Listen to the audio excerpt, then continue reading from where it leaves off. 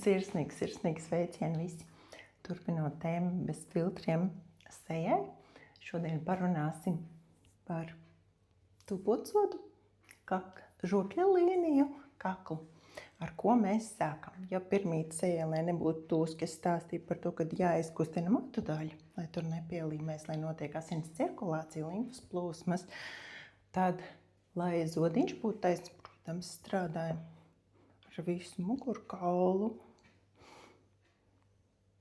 Taisnojam kakla daļu. Bet kas ir svarīgākais? Kāpēc mums tur veidojas tas dubultsods? Jo krūšu kurvis ir saspiests un platizmas muskulītis saīsinājies. Viņu, kā mēs sagatavojam, pastiepjam krūšu kurvu, varam vienkārši ar elpošanu diafragmu. Stiepjam visu krūšu daļu, tas būs arī, lai nebūtu krunkas, lai būtu skaista āda. Un tālāk šeit mums stiprinās tas platizmas muskulītis, kas atbild par mūsu šo te tupotsodu vai skaistu žokļa līniju. Un viņš šeit mums zem atslēgas kauliem klāt pie krūšu, kuri stiprinās. Mēs varam veikt pieturot, pastiept vingrinājumus droši. Pastiepjam dažādos virzienos. Un tālāk, lai tūskas mazinātu limfa, šeit mums nāk droši gar atslēgas kaulu izmasējam. Limfas plūsmas. Šo te krūšu muskulīti sagatavojam droši dūrīt. Tas būs arī, protams, skaistas rociņas. Līdz padusītē vienmēr sakot. Tālāk kakla daļu ņemam ar dūrīti un uz leju. Sejai tātad sākam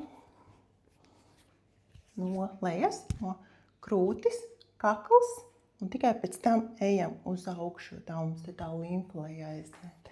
Nākamais pieturam un līdz stūrīti un gar kaklu lejā.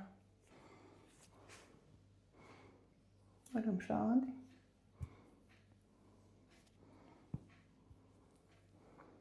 Ok. Un tālāk šo te muskulīti pieliecam galvas, atveram to muskulīti.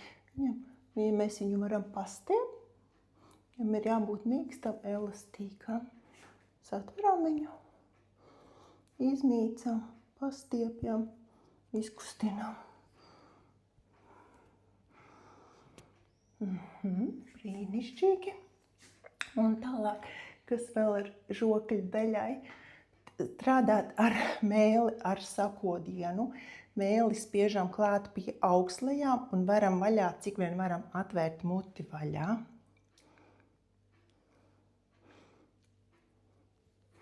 Tas veido žokļa līniju, skaistu zodiņu, jo tur mums ir saspringuši arī iekšā tie muskulīši, kas atbild, lai būtu skaista žokļa līnija, visa stāja un mugurkauls.